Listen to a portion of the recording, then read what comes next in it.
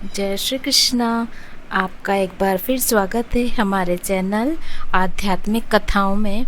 मैं आज आपके लिए लेकर आई हूँ भादवा चौथ की कहानी, जिसे भादुड़ी चौथ या बहुला चौथ भी कहा जाता है। एक साहूकार के एक बेटा बहू थे। बेटा व साहूकार दोनों ही कुछ भी नहीं कमाते थे। बड़े बूढ़ों का धन था, उसमें काम चलाते थे। जब भी बहू बाहर कचरा डालने जाती तो पड़ोसन उससे पूछती, बहू आज क्या खाना खाकर आई है? तब वह कहती, वही ठंडी बासी रोटी खाकर आई हूँ। एक दिन यह बात साहूकार के बेटे ने सुन ली। उसने अपनी माँ को सारी बात बताई और पूछा कि माँ, तू तो बहू को रोज़ गर्म गर्म खाना परोसती है, तब भी यह पड़ोसन से कहती है कि वही ठंडी बासी रोटी खाकर आई हूँ। तब उसकी माता बोली, बेटे मैं तो चारों थालियाँ बराबर गर्म गर्म खाने को परोसती हूँ। यदि तुझे मुझ पर विश्वास नहीं हो तो अपनी आँखों से देख लेना। तब दूसरे दिन बेटे ने तबीयत खराब होने का बहाना बनाया और चादर ओढ़कर लेट गया। उसने देखा बहू ने गरम गरम खीर खांड के भोजन किए। बहू नीचे उतरी तो बेटे ने उसका पीछा किया। पड़ोसन के पूछने पर बहू ने पड़ोसन से वही बात दोहराई। तब उसका पति उठा और उससे कहने लगा कि अभी अभी तो तू गर्मा गर्म खाना खाकर आई है, तूने पड़ोसन से झूठ क्यों कहा कि मैं ठंडी बासी रोटी खाकर आई हूँ?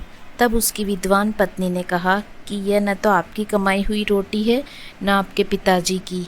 यदि इस तरह से बैठे बैठे धन को खर्च किया जाएगा तो कुएं के पानी की तरह एक दिन पूरा समाप्त हो जाएगा। तब उसका पति विदेश कमाने के लिए गया। पीछे से उसकी पत्नी 12 महीने का चौथ व्रत करती थी। उसको परदेश में रहते हुए 12 वर्ष व्यतीत हो गए।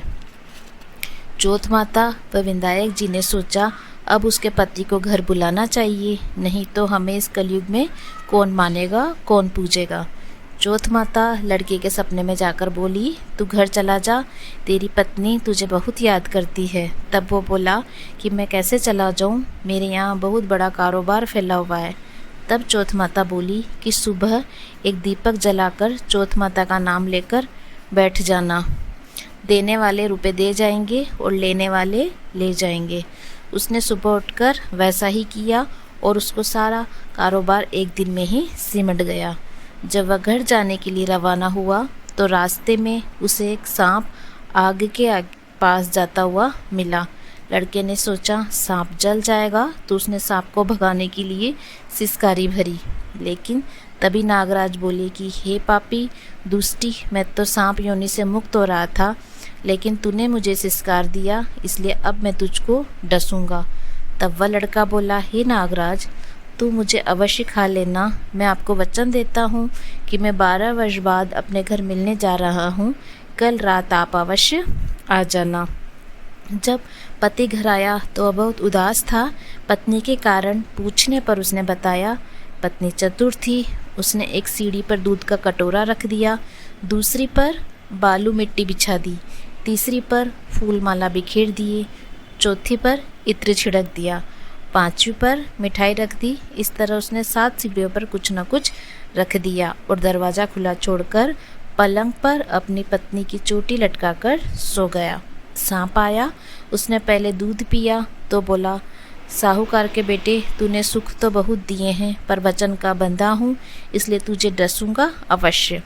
7 सीढ़ियों पर उसने ऐसा ही कहा। जैसे ही उसको डसने लगा, चौथ माता और विनायक जी ढाल व तलवार बन गए और उस सांप के 4 टुकड़े कर दिए। पूंछ का एक टुकड़ा लड़की की जूती में जाकर गिरा। सांप ने सोचा कि जब ये जूता पहनेगा तब इसको डस लूँगा। तभी वहाँ पहुँच सारी चींटियाँ आ गई। उन्होंने कहा, यह स्त्री हमें रोज़ शक्कर व आटा खिलाती है, इसलिए इसकी रक्षा करनी चाहिए। चींटियों ने उस पर हमला कर दिया और उसकी पूंछ को पोली कर दी। जैसे ही सुबह वहाँ खून ही खून हो रहा था, माँ ने सोचा मेरे बेटे बहू को किसी ने मार दिया, इसलिए वह चिल्लाने लगी। तभी बेटा बोला कि माँ, खुशियाँ मनाओ, आज हमारी बेरी दुश्मन मर गया है। और पूछने लगा कि मेरे पीछे से मेरी दीर्घायु के लिए कोई उपाय किया था क्या? तब माँ बोली, मैंने तो कुछ भी नहीं किया। पत्नी से पूछने पर बोली कि मैं 12 महीने की चौथ माता का व्रत करती थी, इसलिए चौथ माता व विनायक जी ने हमारी सहायता की है। तब सास बोली, ये झूठ बोलती है, रोज़ मैं इसे 4 बार रोटी देती थी, फिर इसने चौथ का व्रत कैसे किया? तब बहू बोली, एक बार गाय को खिलाती, एक मेहतरानी को देती, एक ज़मीन में गाड़ देती, शाम का खाना मैं चंद्रमा को अर्घ देकर खाती थी। यदि विश्वास नहीं है तो पूछ लो। तब गाय माता से पूछा तो वह हंसने लगी और पलाश के फूल उसके मुंह से गिरने लगे। ज़मीन में खोद कर देखा तो रोटियों की जगह सोने के चक्कर थे।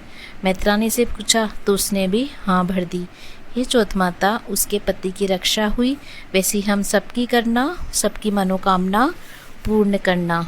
ये भाद्वा चौथ की कहानी आपको पसंद आई होगी। अगर पसंद आई है तो लाइक एंड शेयर कीजिएगा एंड बेल आइकन का बटन अवश्य दबाइए। जय श्री कृष्णा, जय चौथ माता। धन्यवाद।